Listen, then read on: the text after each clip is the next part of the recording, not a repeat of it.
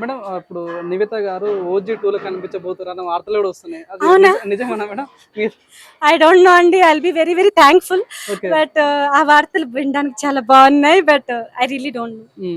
Madam ఇప్పుడు ఇక్కడ madam అంటే ఈ టైంలో ఇట్లాంటి క్వశ్చన్ అడగలో లేదు తెలియదు.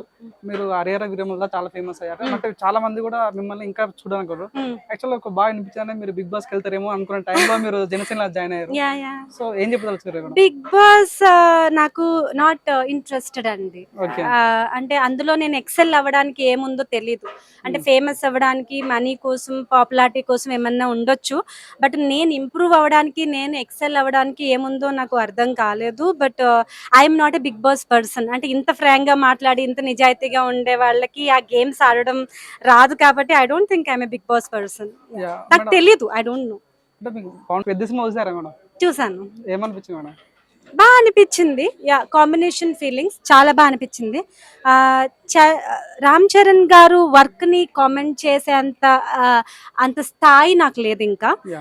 He's epitome of acting. నాకు చాలా హంబలింగ్ గా అనిపించింది. రామ్ చరణ్ గారిని చూస్తే చాలా ప్రౌడ్ గా హంబలింగ్ గా ఓ టైంలో మీకు ఇన్ని కష్టాలు అవసరమా అన్నట్టు కొంచెం కళ్ళల్లో నీళ్ళు తిరిగాయి.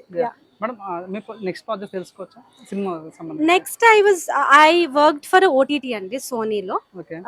దాట్ నాకు ఇంకా అది చెప్పొచ్చు అని చెప్పలేదు. ఓకే. సో ఓటీటీలో నేను I have done one series లో యాక్ట్ చేశాను. తర్వాత ఇప్పుడు I'm currently not doing anything. Yeah done. Thank you ma'am. Thank you so much.